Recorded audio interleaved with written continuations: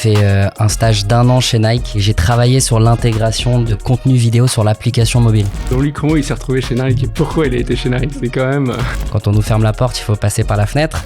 Et là, on est rentré dans cette fabuleuse matrice, arrivé trop tôt sur un marché. Sur les réseaux sociaux, on n'est pas propriétaire. C'est ça qui est dingue, t'es pas propriétaire de ton contenu. Bonsoir à toutes et à tous. Aujourd'hui, on a le plaisir de recevoir Jonathan Zwark. Je me suis pas trompé? Magnifique. C'est chaud. Je l'ai quand même écrit en lettres phonétiques sur mes notes. Donc, Tu veux que je te dise, on me l'a jamais aussi bien dit. Ah bah, ça me fait plaisir. Salut Jonathan. C'est Jonathan. Donc, tu es le cofondateur de John Stories. Tout à fait. Qui est un compétiteur innovant et pas entrant parce que là, tu as créé la société en 2018, mais qui a pris un parti pris technologique super intéressant qui est d'utiliser ce qu'on a l'habitude de voir de manière habituelle sur Instagram, mais au sein de sites e-commerce.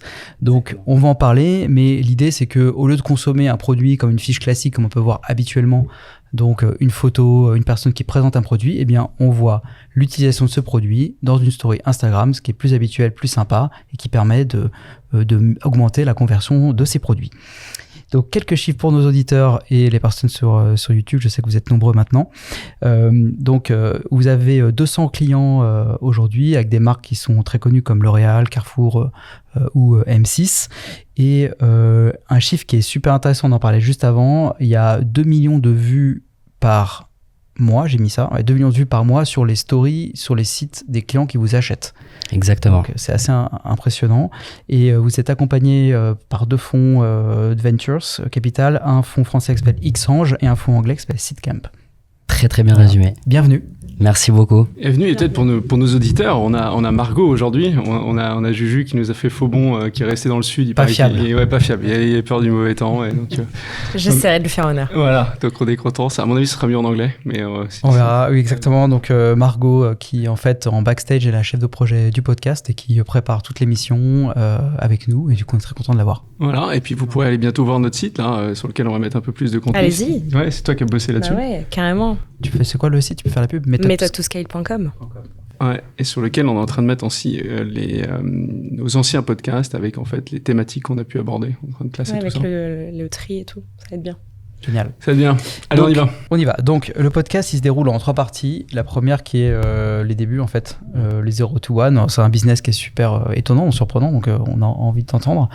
Une deuxième partie sur le scale où Émeric va creuser 2 points spécifiques avec toi qui l'ont intéressé dans la préparation. Et une dernière partie sur le next game, en fait, vers où on s'oriente. Enfin, c'est quoi vers où tu vas aller racheter Meta? On sait pas. On va en parler. Restez accrochés pour écouter la suite. Donc, si on revient un petit peu sur les débuts, comment on s'aventure là-dedans? Je crois que tu as commencé chez Nike. C'était peut-être un déclic. Enfin, tu vas nous dire. Raconte. C'est exactement ça. En fait, j'ai fait un stage d'1 an chez Nike et j'ai travaillé sur l'intégration de contenu vidéo sur l'application mobile. Et si vous voulez, les résultats étaient assez exceptionnels en termes de chiffres business. Mais en fait, le fait de mettre autant de personnes autour d'une table pour créer ça, des équipes produits, des équipes tech, des équipes social media, et j'en passe, je me suis dit non mais en fait, si même chez Nike c'est compliqué, qu'est-ce que ça va être pour les milliers d'e-commerçants? Et j'ai fini mon aventure chez Nike en me disant ok, moi je pense que le futur du e-commerce, c'est l'intégration de la vidéo courte sur les sites. Il va falloir inventer ce format qui n'existe pas, qui existe sur les réseaux sociaux, puisqu'en fait, quand on regarde aujourd'hui, les stories, c'est inventé par Snapchat, mais c'est déployé par Instagram. Aujourd'hui, on va sur Spotify, on a aussi des stories. Et donc, je me suis dit, bon, en fait, il n'existe pas ce format sur les plateformes propriétaires des marques, leur site. On va inventer ce format. Et donc, on a inventé chez Join un format qui s'appelle la Web Stories. Et comme tu l'as très bien dit, aujourd'hui, on est implanté sur 200 sites. Et puis 2 millions de vues par mois dessus, donc ça pour les commence à fans être de sympa. basket, t'as With the New aussi, je crois, c'est comme ça qu'on dit. Entre autres, on a With the New, exactement. Alors, ce qu'il dit pas, ce qui est marrant, c'est comment il s'est retrouvé chez Nike et pourquoi il a été chez Nike. C'est quand même... C'est une anecdote effectivement assez marrante. En gros, moi, depuis que je suis tout jeune, je veux être entrepreneur. C'est ce qui me passionne, c'est ce qui me drive à savoir pourquoi. Je pense que bon, il y a plein de sujets familiaux derrière, mais en tout cas, c'était ma passion. Et c'est vrai que j'ai dit à ma mère très jeune, écoute, voilà, moi, je veux monter une boîte, c'est sûr, mais juste avant, je veux passer dans la seule entreprise qui me passionne. Cette boîte, c'est Nike. Et c'est vrai qu'étant petit, j'ai des souvenirs de moi sur YouTube à passer toutes les pubs de Nike et à regarder chaque seconde pour vraiment comprendre le message. Quand t'as dit petit sur YouTube, j'ai pensé à Emmerich. Je me suis dit, lui, à son époque, il n'y avait pas Internet, tu vois. Dans le monde d'avant. Du quoi? Ouais. Non, c'est vrai que j'ai grandi avec YouTube et voilà. Et donc, je passais mes journées là-dessus. Ça me fascinait. Et c'est vrai que je me suis dit, OK, bon, bah, moi, je vais absolument passer chez Nike. J'ai envoyé plusieurs mails, plusieurs CV. La classique, on me répondait pas. Hein, c'était un peu... Bon, c'est la classique. Puis, comme partout, hein, je pense que quand on nous ferme la porte, il faut passer par la fenêtre. Donc voilà, c'est ce que j'ai fait. Et puis je me suis retrouvé là-bas, Nike France. J'ai passé 1 an dessus. Et puis, ça a été le début de l'histoire Join. Ça a donné le déclic, en tout cas. Ok. Mais t'as même rencontré Zlatan, tu m'avais dit. Bah, ça m'avait impressionné. Le grand Zlatan. Le grand Zlatan, stylé. D'accord, donc tu fais Nike et ensuite tu expliquais les débuts de Join, etc. Comment ça se passe au début? Parce que t'as l'idée, elle est intéressante, mais il faut la mettre en pratique, il faut l'utiliser, il faut que ça marche. En fait, après Nike, il me reste 1 an d'études. J'ai beaucoup de chance, je rencontre mon associé Nicolas, parcours ingénieur. Et en fait, donc très vite, il y a cette idée qui vient sur la table. Sauf qu'en fait, ni lui ni moi sommes des profils qui avions envie de se pointer devant des VC en disant super les gars, on a une super idée de produit, ça va être génial, mais bon, on n'a rien. Donc en fait, c'était pas du tout notre enjeu. Donc en fait, ce qu'on a fait, c'est que pendant 1 an et demi, on a travaillé en mode agence. C'est-à-dire qu'on allait voir des marques et on leur disait vos stories sont pas du tout efficaces, elles sont pas du tout adaptées. Moi, je suis un ancien de chez Nike, je jouais cette carte-là, qui a été mon passeport pendant je sais pas combien de temps. D'ailleurs, c'est là encore, hein, parce que regarde, on commence par ça.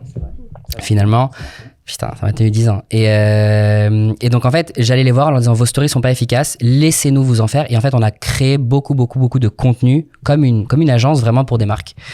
Et ça a été hyper bénéfique pour plein de points. Le premier point, c'est parce que déjà, on s'est très vite confronté à la vente.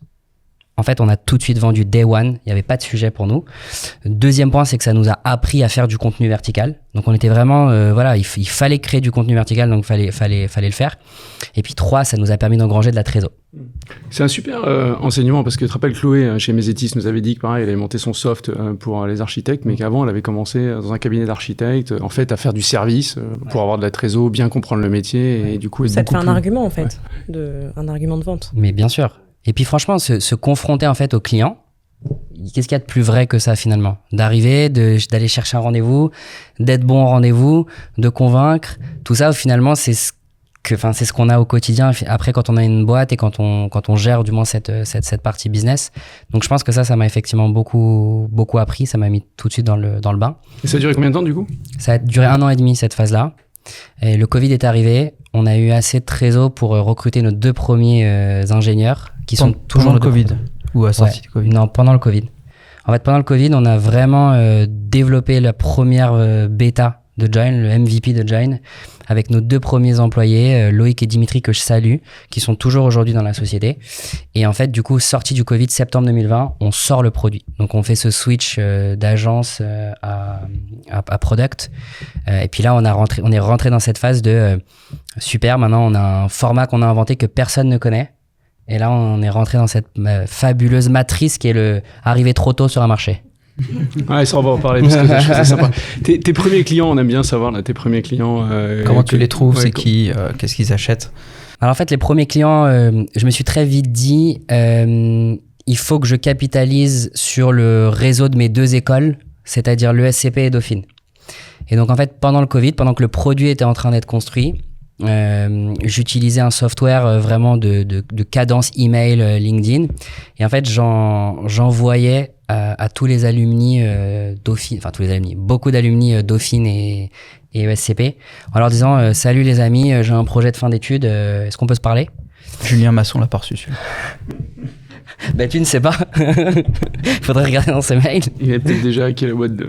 On sait jamais. Mais voilà, en fait, l'argument projet de fin d'études, j'avoue, marchait pas mal. Je rencontrais pas mal de monde. Et puis, en fait, à la fin, les gens me disaient, ça a l'air intéressant. Pourquoi pas? Je dis, bah ouais, c'est possible, on peut tester, faut payer. Et puis, c'est comme ça qu'on est allé chercher les premiers clients. Très vite, en fait, la technique, ça a été de se dire, enfin, la technique, la stratégie, plutôt, disons, ça a été de se dire, OK, on va aller voir plutôt des grands groupes. Parce qu'en fait, si on fait entre guillemets tomber les grands groupes, ça nous permettra d'aller faire tomber le reste du marché. Par exemple, dans l'industrie de la beauté, aller chercher Sephora nous permettrait d'aller chercher toutes les autres derrière. Alors, ce qui est totalement faux, je ne recommande pas du tout de faire ça. Pour la simple et bonne raison que Sephora n'inspire pas les toutes petites boîtes. Et les petites boîtes ne regardent pas Sephora parce qu'en fait c'est pas du tout les mêmes enjeux, c'est pas du tout. Évidemment on peut s'inspirer. L'Oréal regarde Sephora, donc ça te permet de signer des gros. Dans cette perspective là, oui, mais tu vas signer un grand compte, surtout les premiers, ça prend des mois. Et donc je me dis mais si j'ai un gros, toute la long tail va suivre, etc. Pas du tout. Et tu t'es un peu épuisé à aller chercher les gros ou finalement c'était quand même une bonne stratégie? Je pense que j'étais tellement drivé, si tu veux, j'avais tellement faim, j'avais tellement envie d'y aller que non, je me suis pas épuisé. Mais je pense que c'est sûr que quand on parle de résilience chez les entrepreneurs, c'est dans ces moments-là que ça se joue. Parce qu'en fait, il suffit pas forcément d'avoir le rendez-vous. C'est après le rendez-vous, tu rentres dans même la partie légale, IT, sécurité, etc. T'es pas rendu. Hein. Donc, c'est vrai que ton produit, il s'intègre dans le site internet du client, donc forcément, tu as beaucoup de freins. Tu peux pas vendre qu'au marketing seul. La DSI, j'imagine, doit donner son accord en termes de sécurité, surtout qu'au départ, de compliance, etc. Mais exactement, surtout qu'au départ, faut vraiment s'imaginer qu'on arrive en septembre 2020. Ce format n'existe pas. Donc la story existe sur les réseaux sociaux. Tout le monde connaît la story déjà à ce moment-là sur les réseaux sociaux, mais ce format de se dire, mais en fait, on va unifier l'expérience. Vous, marque, vous allez être aussi forte sur votre site que sur vos réseaux sociaux, qui est quand même la base. Parce qu'en fait, il faut quand même rappeler que sur les réseaux sociaux, on n'est pas propriétaire. C'est ça qui est dingue, t'es pas propriétaire de ton contenu. Non. Et alors que sur ton site, c'est le tien. C'est chez toi. T'es pas propriétaire des réseaux sociaux. Hier, c'était Insta, aujourd'hui, c'est TikTok, demain, ça sera autre chose. En fait, c'est Séraphie qui nous parlait d'un des épisodes, je t'ai coupé, mais qui justement permet aux marques d'utiliser le compte comme un moyen de parler aux clients, parce que sur les réseaux sociaux, tu parles à méta, et du coup, t'es coincé, et du coup, tu capitalises pas. Se réapproprier la relation avec les clients. Se réapproprier. Et puis, il faut pas oublier qu'au bout d'un moment, où est-ce que les gens achètent ton produit? C'est sur ton site, c'est chez toi. Donc finalement, si tu n'apportes pas les réponses nécessaires et si tu ne lèves pas les freins à l'achat, c'est comme si, je vous fais un schéma, vous mettez un tapis rouge extraordinaire pour aller chez vous. Les gens, ils ouvrent la porte de la baraque et c'est en ruine. Donc en fait, ça marche pas. Là, il faut mettre le tapis rouge partout. Et donc c'est ça qu'on a essayé d'apporter. C'est vraiment se dire voilà, l'expérience elle est aussi forte chez vous que sur les réseaux. Et du coup en septembre 2020, tu avais déjà ton software ou c'était à la mano Non, on sort vraiment un MVP, une première version très simple. Tu pouvais créer ton contenu, on avait quelques templates comme sur Canva, tu pouvais intégrer des bulles sur ton site et puis je me rappelle même plus, mais à l'époque je crois qu'on ne pouvait pas vraiment traquer ou très mal, disons. Mais du coup, si on revient peut-être justement sur le scale, c'est un des points que j'avais envie de discuter avec toi, qu'on aborde très peu. Donc là, on ouvre la deuxième partie. On ouvre la deuxième partie parce que je pense que c'est exactement c'est un des learnings que tu as eu et dont on avait échangé. On parle beaucoup de go-to-market, etc. Et on parle rarement du timing sur le marché. Et là, tu as été très innovant et c'est souvent difficile de se positionner quand tu es un peu en avance. Alors, tu dois être en avance, que tu vas être le premier, mais du coup, tu dois ouvrir des portes. Toi, il y a eu 2 périodes. On parlera de la seconde après, mais la première, ça a été comment rentrer dans un marché qui est en évolution, qui se crée. Et tu as pas mal galéré là-dessus. Donc, si tu peux nous partager tes insights. Bien sûr. Tu l'as très bien résumé. Quand on arrive... Je pense que ce qui est clé, effectivement, quand on lance une boîte, quand on veut réussir une boîte, c'est le timing. Il n'y a pas de sujet. Et ça a été même démontré scientifiquement que le timing est un des éléments principaux, un des facteurs clés de succès d'une boîte. Mais effectivement, nous, on est arrivé un peu trop tôt. Et donc, oui, qu'est-ce qu'il faut dans ces moments-là? C'est en tant que fondateur, c'est vraiment se dire tous les jours, je vais rencontrer des nouveaux prospects et j'essaie de leur vendre quelque chose, mon produit, je change mon pitch, je change mon pricing, je teste des choses. Et en fait, dans ces moments-là, il me semble que il faut ce côté... moi, je me mettais des métriques toutes les semaines en me disant, il faut que je fasse tant de rendez-vous dans la semaine. Vraiment, c'était bête et méchant, entre guillemets, il fallait que je fasse tant de rendez-vous. Et si j'avais pas fait assez de rendez-vous, je me disais, en fait, je suis en train de passer à côté de quelque chose. Je ne fais pas assez de rendez-vous. Et au bout d'un moment, voilà, le pitch se met en place, le pricing s'ajuste et puis on commence à trouver nos premiers clients. Mais encore une fois, c'est du POC. Et puis surtout, ce que j'ai très vite compris, c'est que je me suis dit, en fait, si je me concentre sur les mauvais prospects, je peux y passer 10 ans. Ça ne marchera pas. Et donc, qu'est-ce qu'un bon prospect pour moi? C'était d'aller voir des sociétés qui étaient déjà très fortes sur le contenu sur les réseaux sociaux. Parce qu'une société qui était très forte sur le contenu sur les réseaux sociaux, la métrique, elle est assez facile, c'est le nombre de followers. On va regarder le nombre de followers. Je me disais, moi, une entreprise qui est au-dessus de 100 000 abonnés. C'est une entreprise qui a compris le jeu des réseaux sociaux, qui poste énormément de contenu. Pas de temps. Voilà. Et en fait, les gens, c'est vraiment cette courbe, hein, c'est les early adopters. Je me suis dit, si je vais voir ces gens et que je les convainc, ces gens sont déjà convaincus par le jeu du contenu, donc ça va aller plus vite pour moi. Et c'est vrai que notre premier client, ça a été Merci Andy, une marque extrêmement forte sur les réseaux, hein. Vraiment, ils sont géniaux. Ça a été une marque qui a très très vite compris le pouvoir du contenu. Et je m'en rappelle, voilà, ça a été un de mes premiers rendez-vous. Je me suis retrouvé devant le head of e-com et il m'a dit mais c'est génial, ça va nous permettre de lever les freins à l'achat et de faire de la réassurance. Et moi, la réassurance, j'avais jamais entendu ce mot. Je me disais, qu'est-ce que c'est là? Je connais l'assurance, mais la réassurance, je sais pas trop. Et en fait, il a très vite compris le pouvoir de Join et ça a été voilà, un de nos premiers clients et ça nous a permis d'avoir un use case et d'avancer. Et donc en fait, finalement, quand j'ai eu ce rendez-vous, je me suis dit, c'est ça. Ça, c'est un turning point pour moi parce que faire de la prospection sans réflexion, je pense qu'on peut y passer des années. Et tu m'avais dit, on peut vivre avec un produit bancal. Ce que tu as fait, on a plusieurs épisodes d'ailleurs, mais ce que tu voulais, c'est aller très vite sur le marché, très vite clusteriser tes clients, les séparer, savoir, enfin tes prospects plutôt, pour bien les adresser. Tu as beaucoup travaillé dessus et tu as beaucoup travaillé aussi sur le branding. Et tu m'as dit, tiens, c'est assez particulier pour un SaaS. C'est un très bon point. En fait, moi j'ai un parcours marketing et j'ai été, on l'a dit, un peu biberonné à l'école Nike. Donc en fait, la brand, quelle que soit la marque B2C ou B2B, est très importante pour moi. Et je trouve qu'en France, on ne comprend pas ça, notamment en B2B. Et c'est vrai que je pense qu'on se dit trop souvent en B2B que nos prospects, nos utilisateurs, toute la journée, ils sont biberonnés à des pubs extraordinaires. Ils voient ils voient du Spotify, ils voient des trucs incroyables. Et donc, ça veut dire quoi? Ça veut dire que les produits B2C donnent un branding extraordinairement fort, extraordinairement puissant. Mais quand ces gens-là, ils passent la porte de leur bureau, ils deviennent chiants. Et donc, on devrait leur servir un branding chiant en tant qu'entreprise B2B? Pas du tout. Ces gens, s'ils nous utilisent au quotidien, pourquoi ils auraient pas... Nous, on a toujours voulu créer le moment de Join. En fait, se dire que dans ta journée, tu te dis, dans ma to-do, ah ok, aujourd'hui, je vais faire du Join. Ah ouais, j'ai un moment intéressant. Et donc, pour répondre à ça, je pense qu'une brand, c'est très fort. Et donc, c'est vrai que très vite, on a fait un choix. On a reçu un prêt d'honneur au tout début de la boîte. Et je me rappelle qu'on a mis... Prêt d'honneur de BPI France? Non, c'était de Wilco. Et je me rappelle qu'on a mis 20 000 euros. Donc, à l'époque, au début de la boîte, 20 000 euros, ça me paraissait colossal. Et on a mis 20 000 euros en branding. On est passé par une agence qui s'appelle Lord, que je salue, qui est spécialisée vraiment dans les produits tech. Et on leur a dit, voilà, nous, on veut que nos deux personnalités, à Nicolas et moi-même, Nicolas, mon associé, nos deux personnalités se mixent dans le produit et on veut faire quelque chose entre le design et la tech. Et c'est ce qu'ils nous ont créé. Et d'ailleurs, notre logo est très fort, il est vertical, notre logo. Alors parfois, ça nous pose des problèmes parce que les gens, ils comprennent pas, ils tournent partout. Mais en fait, très vite, on a pris ce parti pris-là, on a pris des couleurs très fortes et on s'est dit, bah non, nous, on sera pas le SaaS bleu et blanc. Jamais. Ce sera pas nous. Nous, on fera quelque chose de différent. Et je crois que ça nous a beaucoup aidé. Et du coup, c'est quand même pour répondre à ta question, ça nous a beaucoup servi pour 2 points. Déjà parce que quand les clients se connectaient sur Join, ils avaient un effet waouh. Bon, alors qu'il y avait pas toutes les fonctionnalités qu'il y a aujourd'hui. Et ça nous a aussi beaucoup servi pendant notre levée de fonds. Parce que je me rappelle que les investisseurs, qu'ils soient VC ou Business Angel, qui voyaient Join, se disaient « Ok, ces mecs, ils ont compris déjà la puissance de la marque. Si on les finance, ils sauront perpétuer tout ça. » Et moi, je me rappelle, c'était Alexis Bonillo qui m'avait dit ça, le fondateur de Zenly. Et ça m'avait marqué. Je m'étais dit, je suis pas fou, en fait. Il y a des gens qui rentrent en résonance avec toi là-dessus. Qui résonnent là-dessus. Et ça nous a toujours suivi aujourd'hui. Et j'invite les gens à nous suivre sur LinkedIn parce qu'ils verront qu'on communique pas comme j'espère du moins qu'on ne communique pas comme une entreprise B2B classique. On essaye d'apporter cette petite touche différente.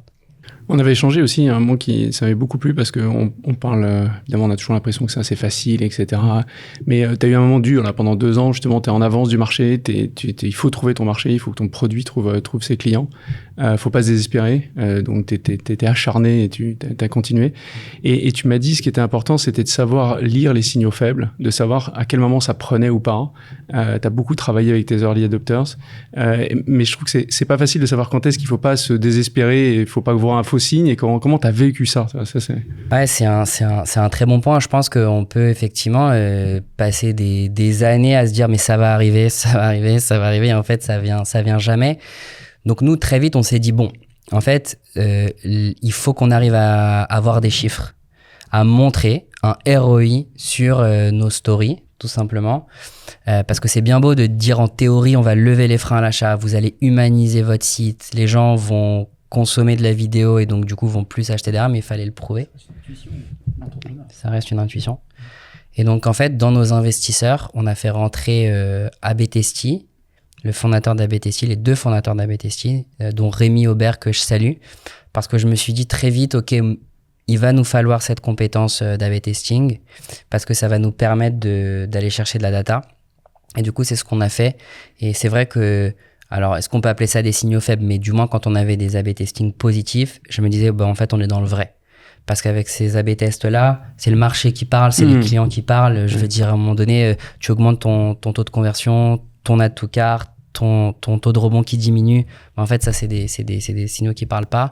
Et on combine ça, effectivement, à c'était aussi des feedbacks quali que j'entendais des head of e-commerce qui me disaient c'est intéressant et on pourrait faire ça. Et en fait, les gens, je voyais qu'ils tickaient avec ce qu'on faisait.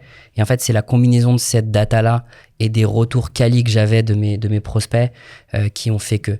Et après, il y avait vraiment et après, il y a un truc qui est incompressible, tu l'as dit tout à l'heure, c'est parler tous les jours à des prospects, tous les jours. Mais je le fais encore aujourd'hui, pour info. Après, on peut passer à la deuxième question que j'avais et qui, en fait, c'est assez amusant parce que comme tu es dans un marché qui va très vite, tu as eu le temps de vivre les 2 phases. Donc, tu as été early adopters. Il a fallu faire adopter truc. Et puis après, à l'inverse, tu t'es retrouvé dans un marché très compétitif et il a fallu que tu te réinventes parce que, évidemment, tout le monde a vu que ça convertissait bien, que les stories, ça marchait bien.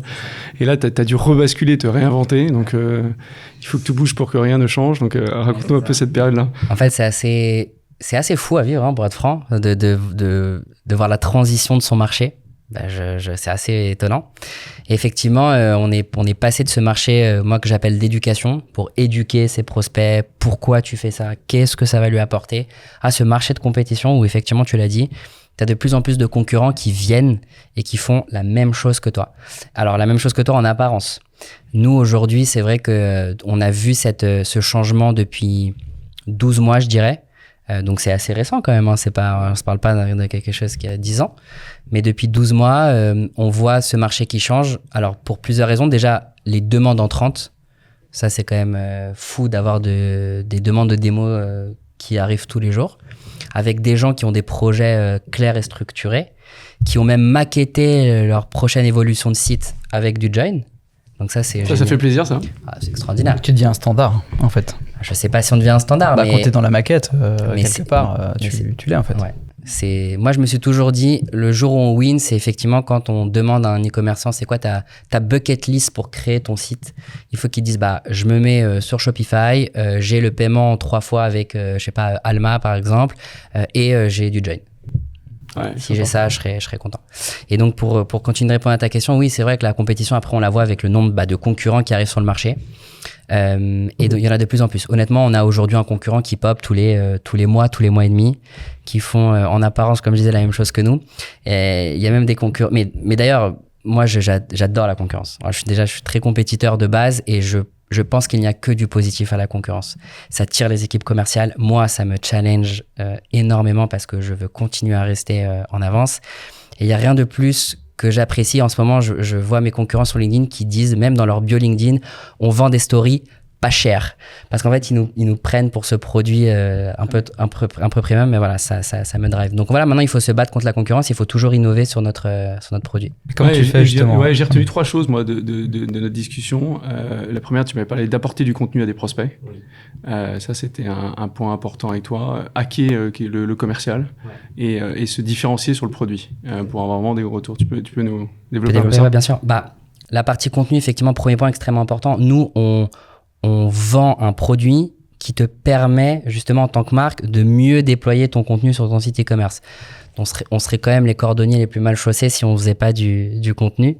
Donc, on en fait énormément. On va communiquer. On a un podcast qui s'appelle Storytime où on va justement aller interroger les e-commerçants. On a effectivement pas mal de vidéos où on fait de la brand pure aussi sur LinkedIn. C'est quoi de la brand pure? De la brand pure, c'est de se dire, on va créer un contenu juste qui est esthétiquement et fort pour que la personne, quand elle voit le contenu, elle ait un touchpoint Join qui lui reste dans la tête et elle se dit juste, ok, j'ai vu du beau. C'est juste ça. Et mais il y a une vraie réflexion derrière. C'est-à-dire qu'on se pose avec le design en se disant, mais qu'est-ce qu'on pourrait faire? Qu'est-ce qu'on pourrait montrer? Je te donne un exemple très concret. Quand on annonce qu'on a dépassé les 2 millions de vues par mois, on va pas juste mettre un gros 2. On va réfléchir, on va se dire, OK, comment on peut faire? Et on a faké des affiches sur l'Opéra de Paris, où on a mis du join et on a mis en lumière le chiffre 2. C'est toute cette réflexion-là. Ça peut paraître un peu futile, dit comme ça, parce qu'on se dit, OK, mais pourquoi? Et en fait, je vous assure que je crois que le mix parfait pour aller chercher des nouveaux clients, c'est de leur apprendre quelque chose, d'avoir du contenu pédagogique très fort et de la brain. Et ça, c'est le point sur lequel aussi j'allais arriver, c'est que nous, on déploie aussi beaucoup de contenu éducatif. C'est-à-dire, on se pose la question de savoir qu'est-ce qu'on peut apporter à notre marché. Un prospect, ouais. Mais un prospect ou un client. En tout cas, à des gens qui sont dans notre marché. Parce que les clients, il faut les garder aussi.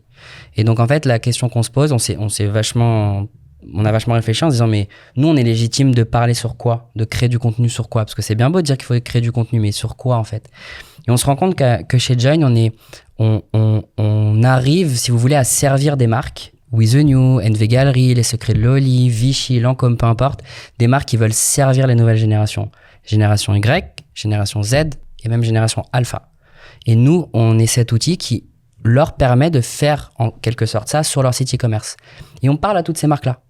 Et donc on s'est dit, mais en fait, nous, c'est ça qui nous différencie, c'est d'être en contact avec ces décideurs toute la journée. Et donc on essaie d'aller les voir, on essaie d'aller récupérer leurs insights sur où est-ce qu'ils vont chercher leurs clients, qu'est-ce qu'ils font pour les fidéliser, comment ils font de la pub, par exemple, enfin, peu importe. Et on déploie ce contenu. En se disant, ces gens, de toute façon, ils ont réussi à s'extraire sur leur marché. Et ben, nous, on va apporter cette valeur-là. Donc, vous voyez, ces réflexions de comment on crée du contenu, parfois, il suffit d'aller entre guillemets, il suffit. Aujourd'hui, je veux capitaliser sur les très beaux logos qu'on a et on va agréger ce que nos clients pensent, ce qu'ils disent, et après, on en déploie des études. Et vous voyez, souvent, ces études ou ces contenus, on va les faire sous format vidéo. Bon, évidemment, on fait de la vidéo, donc c'est normal. Mais aujourd'hui, encore une fois, j'essaie de prendre le contre-pied de ce qu'on voit en B2B. Parce qu'au final, quand on est en B2B, quand on veut voir des études, c'est quoi? C'est des PDF avec des chiffres. C'est ça, en fait, les études qu'on voit aujourd'hui. Ça donne pas envie, c'est moche. Bah voilà. Pourquoi nous, en tant que consommateurs, on aurait, par exemple, je sais pas, une vidéo sur Facebook, sur Instagram, sur TikTok qui nous dit l'actualité en vidéo. Et quand on est en B2B, quand on a envie de comprendre notre marché, il faut qu'on ait un mauvais PDF? Bah non, on est les mêmes. Hein, c'est ton hack commercial. Bah ouais, on n'a pas bougé. On est les mêmes personnes. Franchement, moi, je sors de ce bureau après, je reste le même. Donc, je vois comme ça mes clients et mes prospects. C'est comme ça que je vais leur servir cette valeur-là. Juste un point sur la brand, ce que je trouve intéressant, c'est tu le dis pas comme ça, mais ça connecte avec 2 interviews qu'on a eues. C'est tu fais pas un acte de vente, c'est les gens qui t'achètent. Et du coup, j'ai l'impression que en travaillant bien ta brand, tu permets de la fierté d'acheter ta marque. Du coup, le client se dit, je suis fier de porter du Join, en fait. L'étendard Join. Tu vois, c'est un peu comme Nike, c'est que si t'es la virgule, tu t'es fier de porter du Nike. Voilà, t'es fier de porter du Join, et du coup, ça passe par un branding qui soit enthousiasmant, en tout cas, qui colle avec l'image que tu veux donner. Je trouve ça vraiment intéressant. Je suis tout à fait d'accord. Avec l'aspect contenu, qu'on voit peu donner du contenu pour en complément, notamment pour la jeune génération, leur apprendre quelque chose au prospect pour que comme ils apprennent, ils retiennent ton nom et donc après ils viennent chez toi. Voilà, moi j'ai toujours cette image de me dire si quelqu'un a appris quelque chose dans sa journée grâce à moi et qui peut le redire au dîner le soir, c'est un win. Il y a Join et il y a Hugo Décrypte. Voilà. Si t'as les deux, t'as réussi ta journée. Si un jour je fais le même chiffre d'affaires que le nombre de viewers sur les vidéos d'Hugo Décrypte, ça serait pas mal. Tu nous as parlé de la tech aussi. Tu nous as dit quand même à un moment, il faut avoir un produit qui est différenciant. Il faut une killing feature parce que il y a de la compétition qui arrive partout. Donc tu dois rester le meilleur. Vous avez beaucoup travaillé là-dessus. Bien sûr, nos prospects et nos clients, du coup, avec ce marché qui se transforme, nous disent souvent, mais alors pourquoi je viendrais chercher Join alors que j'ai rencontré tel et tel concurrent qui font ce que vous faites à 49 € par mois, alors que nous, on démarre à 300 € par mois. Et je leur dis souvent, je pense que dans la vie, c'est très facile. Il y a soit Hollywood, soit Bollywood. Donc, il faut savoir ce que tu veux. Et donc, du coup, nous, je leur explique ensuite qu'en apparence, ils font comme nous. Mais après, derrière, voici ce qu'on a sur le produit qui est différent. Et ensuite, il y a un aspect très important, c'est l'aspect humain, l'aspect Customer Success Manager, notamment quand on sert comme nous le mid-market ou les grands comptes. Mais pour répondre, par exemple, pour donner un point concret sur les killing features, la réflexion qu'on porte chez Join, c'est de se dire il faut que les gens qui nous utilisent gagnent du temps. Les gens n'ont pas le temps de créer du contenu, ils n'ont pas le temps. Personne n'a le temps. Et c'est qui vous utilise du coup? C'est les marketing managers dans les... C'est ça, content manager, marketing manager. Ces gens n'ont pas le temps. Et en fait, quand on réfléchit, du contenu, ils en ont parfois trop. Du contenu, les marques payent parfois des centaines de milliers d'euros par an pour créer du contenu pour les réseaux. Ils activent des influenceurs, ils activent aussi leur communauté, des gens lambda, pour créer ce qu'on appelle des user-generated content. Ces contenus, finalement, sont bloqués dans les réseaux. Ils sont bloqués parce qu'ils sont postés sur Instagram, sur TikTok, sur Facebook, peu importe. Et parfois, quand on pense à une story Instagram, ça ne reste que 24 heures. Donc, imaginez une marque. Je vous fais le pire cas. Une marque qui paie un influenceur, je sais pas, 15 000 euros, 20 000 euros pour faire une story. Et cet influenceur poste le dimanche. C'est-à-dire que la marque, donc du coup, personne ne travaille le dimanche au sein de la marque. Du coup, la marque, elle ne peut même pas récupérer le contenu. Donc, c'est le pire. Cette story a été vue par une partie de la communauté. Ouais. Mais elle n'a pas été réutilisée. Donc nous, on s'est très vite dit, mais en fait, le contenu, il faut le voir comme quelque chose qu'on peut essorer, en fait. Si ça convertit sur les réseaux, si les gens, ça leur a plu sur les réseaux, on peut le repurposer, se mettre autre part. Et donc pour la Killing Feature, on a créé une fonctionnalité qui s'appelle UGC chez Join, où en fait, une marque peut connecter ses réseaux sociaux. Elle va voir remonter en direct tous les contenus sur lesquels elle est taguée, des stories, des posts, des reels. Elle peut faire des demandes de droits depuis Join et elle reçoit une notification si c'est accepté ou refusé pour la réutilisation. Et donc ça, on répond à ce point de « j'ai pas le temps de créer du contenu, pourtant il y en a plein autour de moi ». Comment Join peut être cet intermédiaire qui nous permet de... Et ça, c'est quelque chose qui fait la différence par rapport à nos concurrents. D'accord. Et quand je demande le droit, c'est parce qu'en fait, il y a quelqu'un qui a tagué la story, etc., qui a commenté la story, et tu veux récupérer ça pour le mettre sur le site. Exactement. Quelqu'un qui a reçu un colis, je sais pas, tu vois, qui a reçu un maillot de bain, hyper content, il est fier de ce maillot de bain. Villebrequin, par exemple, il fait une story pour dire j'ai reçu mon maillot de bain Villebrequin. Toi, en tant que marque, tu as besoin de demander les droits pour dire que je peux réutiliser le contenu. Et ça, c'est embedded. Tout est dans. Tout est dans Join. Ouais, tout est dans Join. On a pensé ça pour que ça soit en un clic.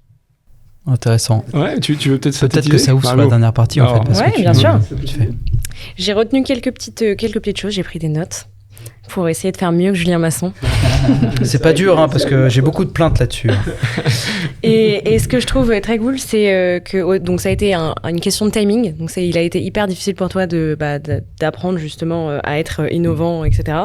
Et du coup, pour faire ça, tu as fait de la prospection avec de la réflexion. Donc j'ai bien aimé. Et en fait, du coup, tous les jours, tu as été parler avec des prospects. Tu as surtout appris à les qualifier. Donc réussir à parler aux bons prospects. Ouais.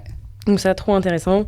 T'as aussi réussi à créer une brand hyper efficace avec justement ce moment joint. Enfin, essayer, c'est comme ce que disait Chloé, en fait, elle veut être l'outil du lundi matin, quoi. Donc en fait, c'est ça, voilà, c'est réussir le moment joint. Ouais, c'est ça. À créer vraiment un effet waouh et être une brand B2C alors qu'on est du B2B. B2B2C. C'est ça. Et de réussir à trouver aussi la killing feature pour justement dans cet univers de concurrence où c'est hyper intéressant parce qu'on est challengé et tout, mais de réussir à apporter encore plus de différence pour montrer justement la valeur aux prospects, quoi. Ouais, c'est ça. Ouais. C'est tout à fait ça. Et puis, on parle beaucoup de scale et je pense que c'est un dernier point qu'on n'a pas abordé. Il y a beaucoup de choses qui tiennent aussi dans l'équipe commerciale. Et je pense qu'un vrai sujet aussi, c'est de savoir s'entourer de personnes qui savent structurer les équipes commerciales aussi, parce que c'est, je pense, game changer de se dire que on a des profils qui savent prendre des rendez-vous, pour des profils qui vont closer les deals, pour ensuite des profils qui vont accompagner nos clients. Et je pense que plus tôt on arrive à mettre ça en place, en fait, mieux on se porte dans son business, parce que ça permet, si vous voulez, de faire de la spécialisation. Alors attention, hein, après, il faut être très clair. C'est vrai que quand on a des profils qui prennent des rendez-vous, mentalement, c'est pas évident. Frustrant de pas continuer. Voilà. Donc c'est très dur et il faut renouveler aussi les équipes. Mais en fait, la force chez nous, c'est d'avoir réussi à structurer aussi cette équipe commerciale. Et en fait, aujourd'hui, on essaie d'avoir une approche la plus mathématique possible des ventes.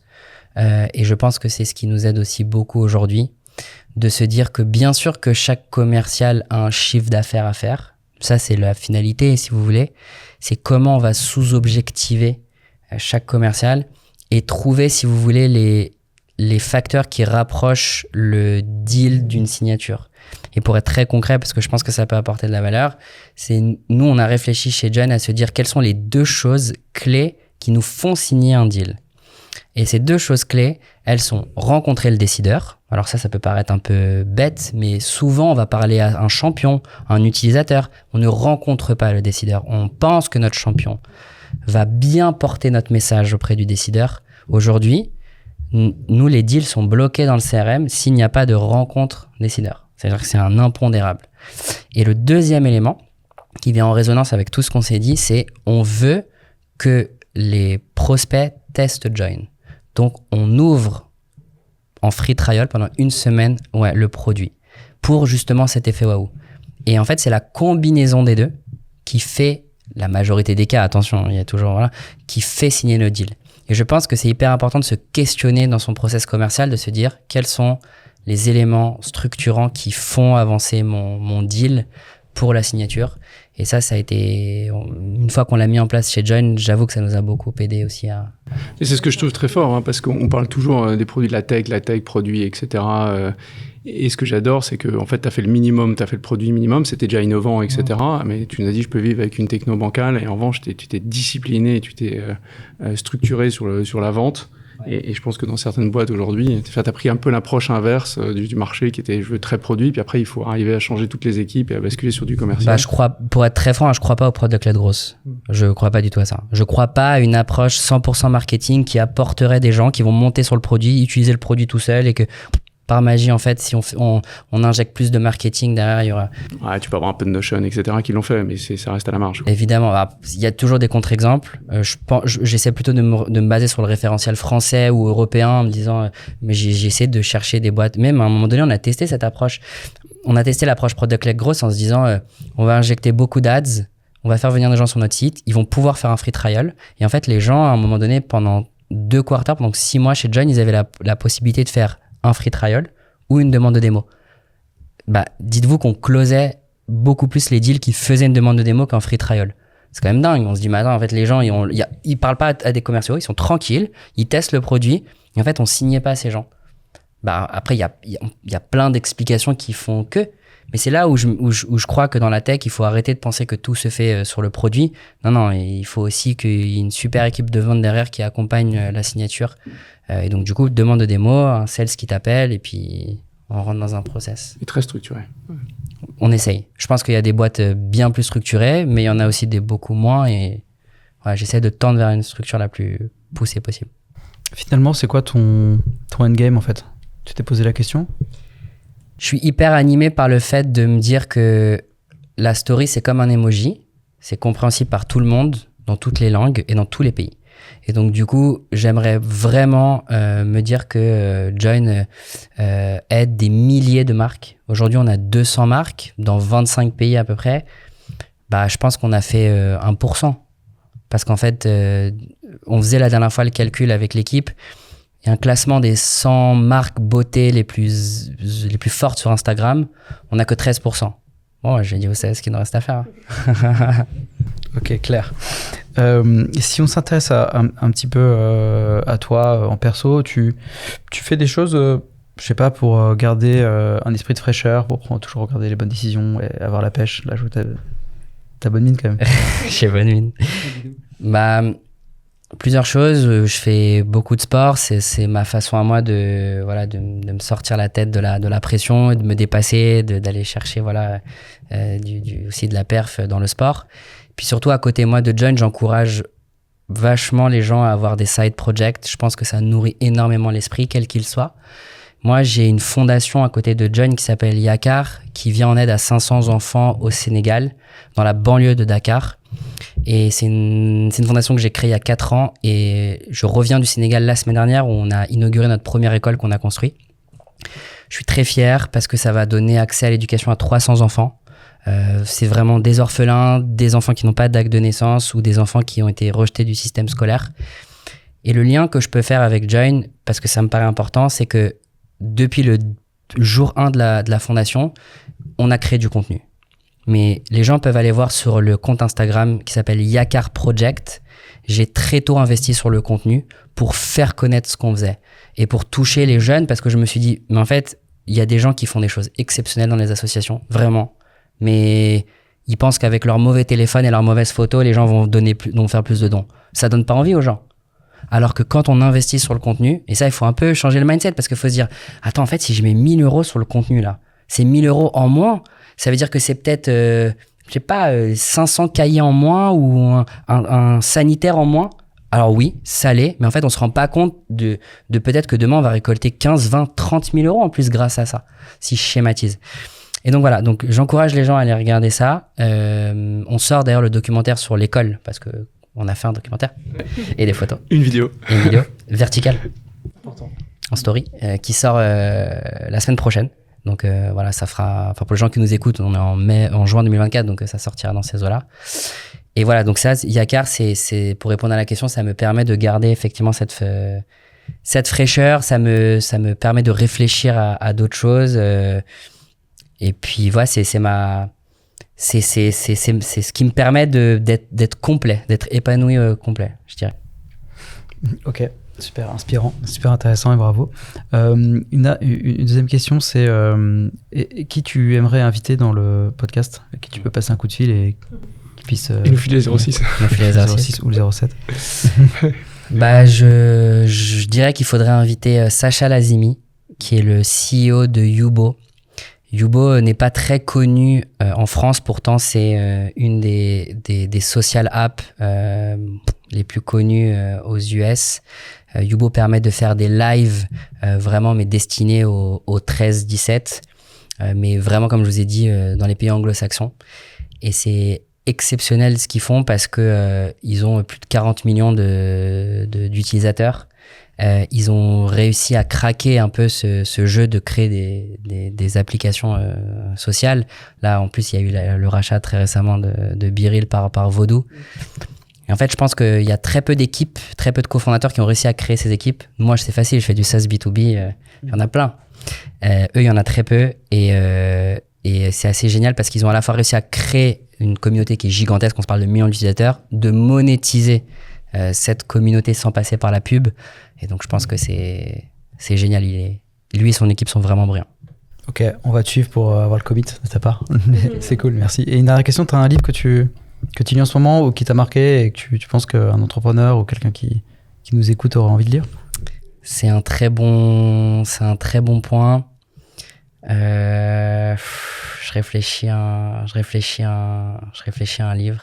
En ce moment, j'ai un truc on pourra couper au montage. Ouais, ça, j'ai un truc qui est pas très marrant. J'essaie de réfléchir plutôt à.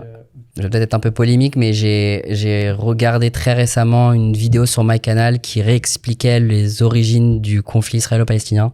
Et j'encourage beaucoup les gens, quelle que soit leur position, à essayer de comprendre d'où vient ce conflit. Et les gens se rendront compte qu'on est passé à ça, de la paix parfois. Donc voilà, c'est un reportage sur MyCanal, conflit israélo-palestinien, qui date de 2019. Les gens trouveront facilement s'ils ont MyCanal. Mettre en note. Ouais, mettez-le en note. Et j'encourage vraiment les gens, encore une fois, juste pour se dire, il y a l'actualité aujourd'hui, et après il y a l'histoire qui nous a amené là-bas. Je pense que c'est hyper important de comprendre d'où on vient. Ok, bah merci beaucoup pour les apprentissages, c'était précieux de t'avoir, et à bientôt sur les ondes. Merci beaucoup. Allez, merci. Salut. Ciao.